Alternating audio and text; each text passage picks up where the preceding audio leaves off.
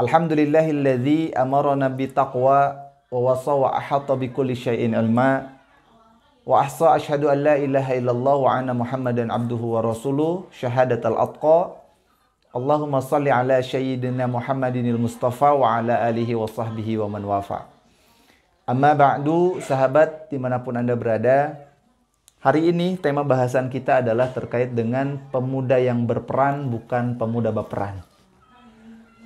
Jauh sebelum kita membahas tentang pemuda, saya ingin membahas mulai bahasan ini dari proses Allah Subhanahu wa Ta'ala menciptakan manusia.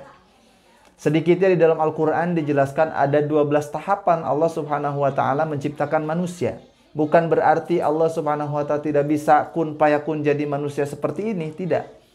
Tapi Allah Subhanahu wa Ta'ala menciptakan manusia dalam beberapa proses ini supaya kita sebagai manusia memahami betapa agungnya Allah, betapa besarnya Allah, betapa luar biasanya Allah.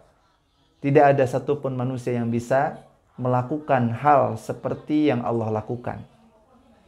Tahapan yang pertama di dalam proses penciptaan manusia itu dikenal dengan nutfah. Nutfah itu adalah proses kejar-kejarannya, persaingannya dari yang namanya sperma. Dari sekian ribu sperma yang jadi cuma satu. Lalu kemudian setelah tahapan nutfah ini masuk ke tahapan berikutnya yang kedua, yaitu tahapan yang namanya alaqah. Setelah alaqah kemudian masuk yang ketiga, yaitu tahapan mudghah. Setelah mudghah masuk yang keempat, yaitu pembentukan janin. Disinilah kata Allah Subhanahu wa Ta'ala, fatabarakallahu ahsanul khaliqin. Allah lah yang maha suci, yang maha mulia, yang maha menciptakan dengan sempurna. Maka teman-teman sekalian, hari ini, sejak dulu sampai hari ini, orang-orang kafir kemudian pusing mencari formulasi bagaimana caranya menciptakan satu makhluk yang menyerupai dengan makhluk yang Allah ciptakan. Mereka dalam bentuk boleh bisa berhasil.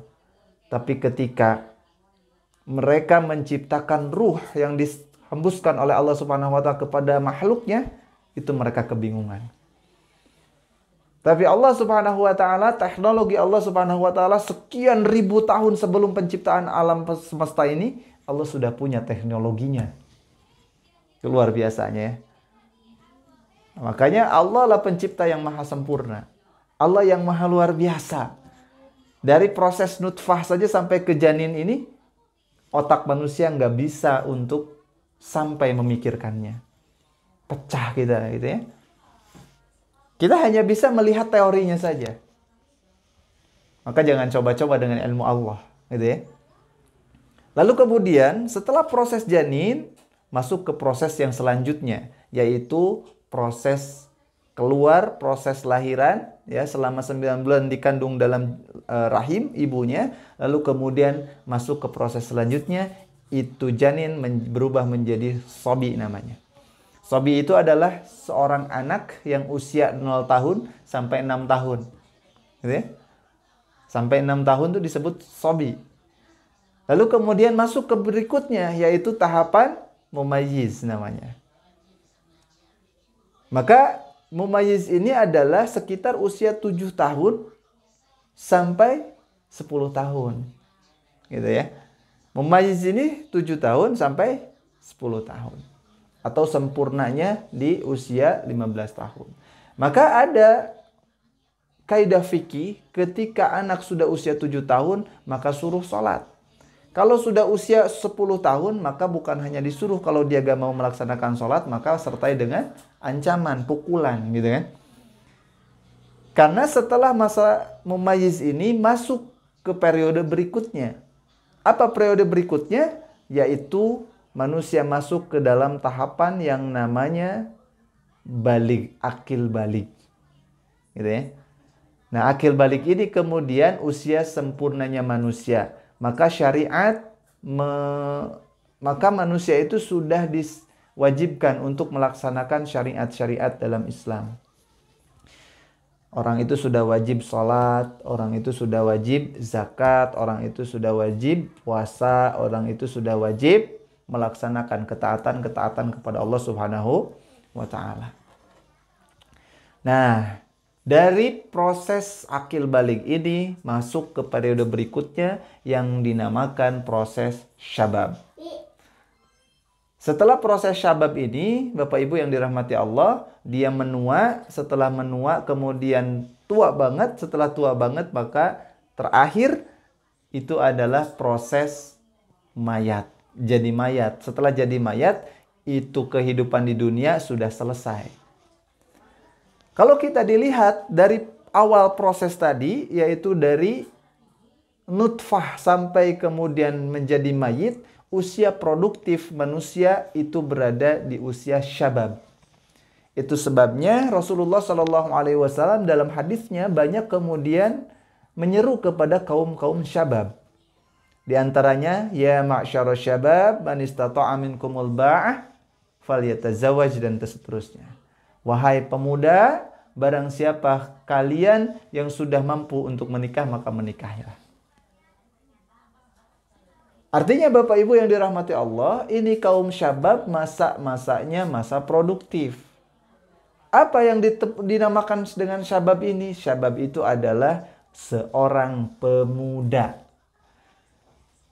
Berapa rentang usianya seorang pemuda? Kalau di dalam undang-undang negara kita tahun nomor 40 tahun 2019 kalau nggak salah, itu dijelaskan tentang usia pemuda atau kaum syabab ini di dalam undang-undang kita usia 16 tahun, yang dimana kalau di dalam Islam, di dalam hukum syariat Islam, di dalam hukum fikih gitu kan, itu adalah usia sempurnanya seorang baligh gitu.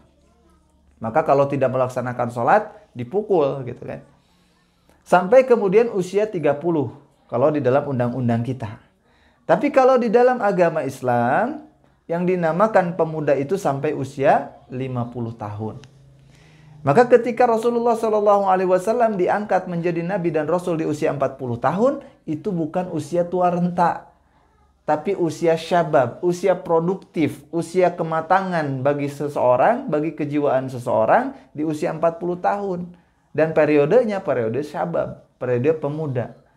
Maka Rasulullah SAW beserta para sahabat yang masih muda-muda itu mengalami loncatan-loncatan yang luar biasa. Karena usianya usia syabab, usia yang produktif. Nah, sahabat yang dirahmati Allah Subhanahu wa taala, pertanyaan yang jadi pertanyaan kita adalah bagaimana kita menjadi seorang pemuda yang berdampak? Bagaimana kita menjadi seorang pemuda yang berdampak, yang berperan, bukan menjadi baperan. Karena digadang-gadangkan Indonesia itu akan mendapatkan bonus demografis di 2024. Yang jadi masalah bukan demografisnya, bukan bonus demografisnya. Yang jadi masalah adalah tuh demografis bisa berdampak atau enggak bagi kemajuan bangsa. Kan begitu. Ya. Di sisi lain kita harus bersyukur. Indonesia banyak anak mudanya. Indonesia banyak anak-anak produktifnya, usia-usia produktifnya dibanding negara-negara yang lain. Jerman misalnya. Kemarin beberapa minggu ke belakang saya berangkat ke kota Tasik. Kota Tasik. Bukan Syah ya, Tasik. Kota Tasik. Di sana kemudian kami bertemu dengan seorang ustaz yang dimana beliau punya kenalan seorang yang aktif di satu yayasan. Yang dimana yayasan ini menyalurkan orang-orang yang magang untuk di Jerman. Karena Jerman hari ini membutuhkan banyak sekali tenaga-tenaga kerja. Kenapa kok mencari dari luar negeri? Karena mereka tidak ada orang-orang yang di usia produktif yang bisa diandalkan. Maka mencari di Indonesia. Nah, si yayasan ini kemudian bekerja sama dengan lembaga-lembaga pendidikan yang ada di Indonesia, misalnya SMK, SMA, atau LPK dan lain sebagainya. Mereka diajarkan bahasa Jerman, mereka diajarkan budaya Jerman. Kalau sudah bisa, sudah mahir, maka bisa diberangkatkan.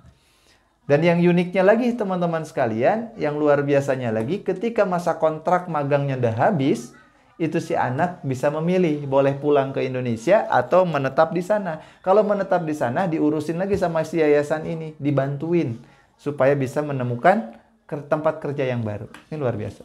Artinya kebutuhan anak-anak muda, kebutuhan usia-usia produktif untuk menjadi tenaga kerja di Jerman itu banyak. Tapi mereka nggak punya generasi mudanya, nggak punya generasi produktifnya. Tapi Indonesia luar biasa melimpah. Itu hal yang harus disyukuri oleh kita. Tapi yang jadi masalah, yang jadi pertanyaan kita adalah ini banyak orang-orang muda, ini banyak usia-usia produktif, ini berdampak atau enggak bagi kemajuan negeri ini? Atau jangan-jangan banyaknya generasi muda hanya menjadi beban masalah negeri ini, gitu kan? Untuk menjawab hal ini Bapak Ibu yang dirahmati Allah, kita kembalikan kepada negara ini sendiri. Mau membentuk generasi muda itu dengan bentuk seperti apa? Mau menjadikan generasi muda ini yang berperan atau justru yang berperan, gitu ya? Walaupun kita tidak bisa menyalahkan 100% kepada regulasi negara. Karena memang perubahan itu tidak selamanya dari regulasinya sendiri. Tapi kalau punya regulasi yang mendukung itu lebih baik gitu. Tapi kalau tidak, maka Bapak Ibu yang dirahmati Allah, ini kita lihat wasiat Allah Subhanahu wa taala dalam Al-Qur'an. Kata Allah Subhanahu wa taala, "Innallaha la yughayyiru ma biqaumin hatta yughayyiru ma bi anfusihim." Artinya, kita ini tidak akan pernah berubah. Kita tidak akan pernah bisa merubah satu kaum. Kalau kaum itu kita skalakan dalam segi kampung, kita tidak akan bisa merubah satu kampung itu. Kalau kita dalam skala negara, kita tidak akan bisa merubah negeri itu kalau tidak merubah diri kita masing-masing. Maka yang harus diperubah dulu, yang harus dirubah duluan kalau kurikulum dari Allah Subhanahu wa taala adalah diri kita sendiri. Maka ini kita tanya kepada anak mudanya, antum semuanya mau jadi generasi yang berperan atau mau generasi yang berperan? Jelas, generasi kaum muslimin, generasi muda Islam itu adalah generasi yang berperan. Lihat, kalau kita melihat dari sisi Rasulullah SAW dan juga para sahabat yang begitu luar biasa, itu generasi muda semuanya. Mereka berperan di usia yang relatif muda. Banyak kemudian panglima-panglima perang dalam Islam yang usianya belasan tahun. 17 tahun, 20 tahun begitu ya. Kalau kita melihat sejarah yang fenomenal, penakluk Konstantinopel misalnya, itu di usia 21 tahun bisa menaklukkan imperium yang begitu luar biasa besar. Nah, pertanyaannya adalah kita usia berapa tahun? 20 tahun, 30 tahun, atau justru sudah 40 tahun, kita sudah berbuat apa untuk negeri ini? Maka teman-teman sekalian, yuk kita sama-sama benahi diri kita. Bagaimana kita mau berperan? Maka berperanlah sesuai dengan kemampuan kita. Kita bisa pidato, maka berperan untuk negeri ini dengan pidatomu yang baik. Kamu bisa melukis, maka berperan dengan lukisanmu supaya negeri ini bangga punya pelukis sepertimu. Kalau kamu adalah pinter seorang IT, maka jadilah IT yang terbaik supaya negeri ini bangga punya IT sepertimu. Gitu ya. Nah, yang jadi masalah Kak Agung hari ini, banyak anak-anak bangsa yang berprestasi, tapi negeri ini tidak menghargai, gitu ya. Yang jadi pertanyaan kan itu. Maka kalau kita mengukur dengan konsep Islam, ikhlas saja dulu. Gitu ya. Ikhlas saja dulu. Kita berbuat apapun ikhlas saja dulu. Karena kalau kita melihat dari sisi pahala, kalau kita niatnya ikhlas, berbakti untuk bangsa dan negara kita, maka insya Allah kita sudah berpahala di sisi Allah Subhanahu wa Ta'ala. Maka hadirin yang dimuliakan Allah Subhanahu wa Ta'ala, jadilah pemuda berperan, jangan pemuda baperan. Jangan sedikit-sedikit kita update status, sakit hati dan lain sebagainya. Jangan sedikit-sedikit kita pundungan, jangan sedikit-sedikit mellow dan lain sebagainya. Isilah status itu dengan konten-konten yang bermanfaat, konten-konten dakwah, konten-konten yang bisa menginspirasi. Jangan konten-konten yang sampah, isinya tidak berguna, tidak bermanfaat, justru negatif semuanya, itu masalah, gitu ya. Maka kalau antum semuanya melakukan hal itu, maka antum yang kemudian menjadi beban negeri ini, bukan menjadi solusi bagi negeri ini. Di tahun 2024 ini, Bapak Ibu, masih mumpung kita di Januari, yuk kita susun strategi kita. Kita mau berdampak seperti apa untuk negeri kita. Minimal kalau tidak mau berkontribusi untuk negeri, kita niatkan untuk kontribusi bagi diri kita sendiri, bagi keluarga kita, yang insya Allah kalau kita sudah berkontribusi untuk pribadi dan keluarga, itu pun akan terlihat kontribusi antum untuk negeri juga. Terima kasih. Itu saja yang bisa kami sampaikan. Wallahul muwaffiq ila aqwamit thoriq. Nasrun minallahi wa fathun qarib. Wassalamualaikum warahmatullahi wabarakatuh.